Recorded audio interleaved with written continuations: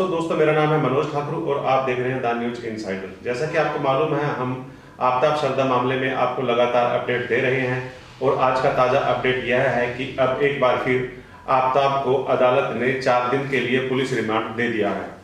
दूसरी ओर आफताब शरदा मामले में मीडिया सनसनी फैलाकर टीआरपी बटोरने की कोशिश में है। इस तरह की जानकारी दी जा रही है जो सच से परे है। एक भी स्तर पर ऐसा नहीं लग रहा कि मीडिया इस मामले की रिपोर्टिंग को लेकर गंभीर और संजीदा है। खासतौर पर इलेक्ट्रॉनिक मीडिया ने केस की रिपोर्टिंग में हद कर दी है।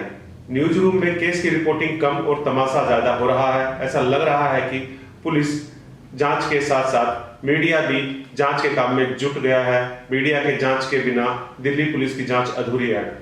आज आफताब की वर्चुअल पेशी थी। साकेत कोर्ट में वीडियो कॉन्फ्रेंसिंग के जरिए आफताब पेश हुआ। उसका 4 दिन का रिमांड कोर्ट ने मंजूर कर दिया। रिमांड देने से पहले इस केस पर बहस हुई। 1 महीने के बाद भी अफजल मर्डर का सिलसिलेवार ब्यौरा नहीं दे रहा, ऐसा तर्क दिल्ली पुलिस ने कोर्ट में दिया। उसके बयान एक जैसे नहीं है। पुलिस ने यह भी तर्क दिया। कोर्ट में अफजल की यह दूसरी वर्चुअल पेशी थी। इसी बीच कुछ मीडिया रिपोर्ट ने दावा किया कि आफताब ने कोर्ट में मर्डर की बात कबूल ली है। जज से कहा कि उसने उकसावे और गुस्से में शरदा का मर्डर किया।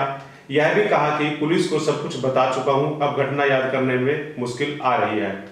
यह रिपोर्ट सामने आने के करीब 1 घंटे बाद आफताब के वकील अविनाश कुमार ने मर्डर के कबूलनामे को अफवाह करार दिया। वह बोले, आफताब ने ऐसा कोई कबूलनामा नहीं दिया है, ऐसी कोई स्टेटमेंट रिकॉर्ड में नहीं ली है। हाँ, यह जरूर कहा है कि उसने शरदा की जो हत्या की है, यह हत्या उसने उकसावे में की थी। उसका हत्या का इरादा नहीं था, लेकिन गुस्से में आकर उसने इस कदम को उठाया है। लेकिन इसके विपरीत मीडिया ने खबर यह चलाई कि जज के सामने आफताब ने स्वीकार कर लिया कि उसने शरदा की हत्या की है। इस तरह की बातें पेश कर मीडिया लगातार इस केस में पाठक को या दर्शकों को एक गलत जानकारी देने की कोशिश कर रहा है। इसके पीछे वजह यह है कि मीडिया ज्यादा से ज्यादा टीआरपी चाह रहा है। मीडिया के लिए यह केस सिर्फ और सिर्फ एक टीआरपी उगाने का एक माध्यम मात्र है, जबकि होना यह चाहिए कि इस तरह के केस में मीडिया संजीदा और गंभीर रिपोर्टिंग करे, जिससे पाठक को और दर्शक को सही और सच पता चल सके। आफताब के वकील अविनाश ने बताया कि आफताब ने उस तालाब का स्केच बनाकर दिया है जिसमें उसने शरदा के शव के टुकड़े फेंके थे। अविनाश ने अदालत से यह भी गुहार की थी कि उसे आफताब से मिलने की इजाजत दी जाए।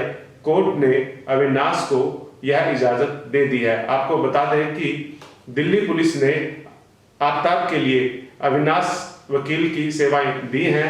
कोर्ट ने आफताब से यह भी पूछा कि क्या वह अविनाश की सेवाओं से खुश है, तो आफताब ने जवाब दिया, हाँ, मैं वकील की सेवाओं से खुश हूं। जब से आफताब को पुलिस ने गिरफ्तार किया है, तब से लेकर आज तक आफताब को कोई भी मिल नहीं पाया। इधर दूसरी ओर दिल्ली पुलिस के सूत्रों ने दावा किया कि उनके पास इस केस को लेकर एक बड़ा सुराग हाथ में आ गया है।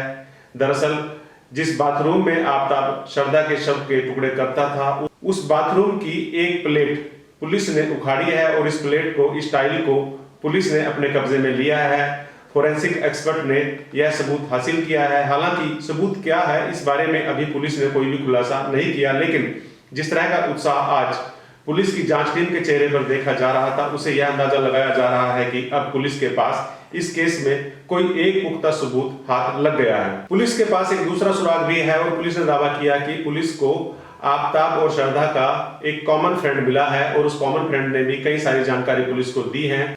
इस दोस्त ने यह भी बताया कि शरदा और आफताब के बीच कई बार ब्रेकअप हो चुका, लेकिन इसके बाद फिर सुलह हो जाया करती थी और दोनों फिर साथ साथ रहना शुरू कर देते थे। तीसरा अपडेट इस मामले में यह है कि कोर्ट ने इस मामले की जांच सीबीआई को देने से इनकार कर दिया। कोर्ट ने कहा कि दिल्ली पुलिस सही से जांच कर रही है। दिल्ली पुलिस की जांच पर हमें विश्वास है, यकीन है, भरोसा है और दिल्ली पुलिस इस केस को एक सही दिशा में लेकर जा रही है। इसलिए कोई वजह नहीं बनती कि इस केस को सीबीआई को ट्रांसफर कर दिया जाए। आपको ध्यान होगा, काफी दिनों से यह मांग भी उठ रही थी कि यह केस सीबीआई को दिया जाए, सीबीआई इस केस की जांच करे। हालांकि यह भी एक कॉमन परसेप्शन बन गया है कि जब भी कोई इस तरह का मामला सामने आता है तो पुलिस की जांच की बजाय लोग सीबीआई की जांच की मांग करना शुरू कर देते हैं और इस तरह की जांच की मांग करने वालों में मीडिया का एक पक्ष भी शामिल रहता है, जो जोर शोर से अपनी खबरों को उठाने के लिए, अपनी बात को उठाने के लिए लगातार इस तरह की मांग उठाता रहता है कि मामले की जांच सीबीआई से होनी चाहिए। लेकिन कोर्ट ने जिस तरह से दिल्ली पुलिस पर विश्वास जताया है, इससे यह लग रहा है कि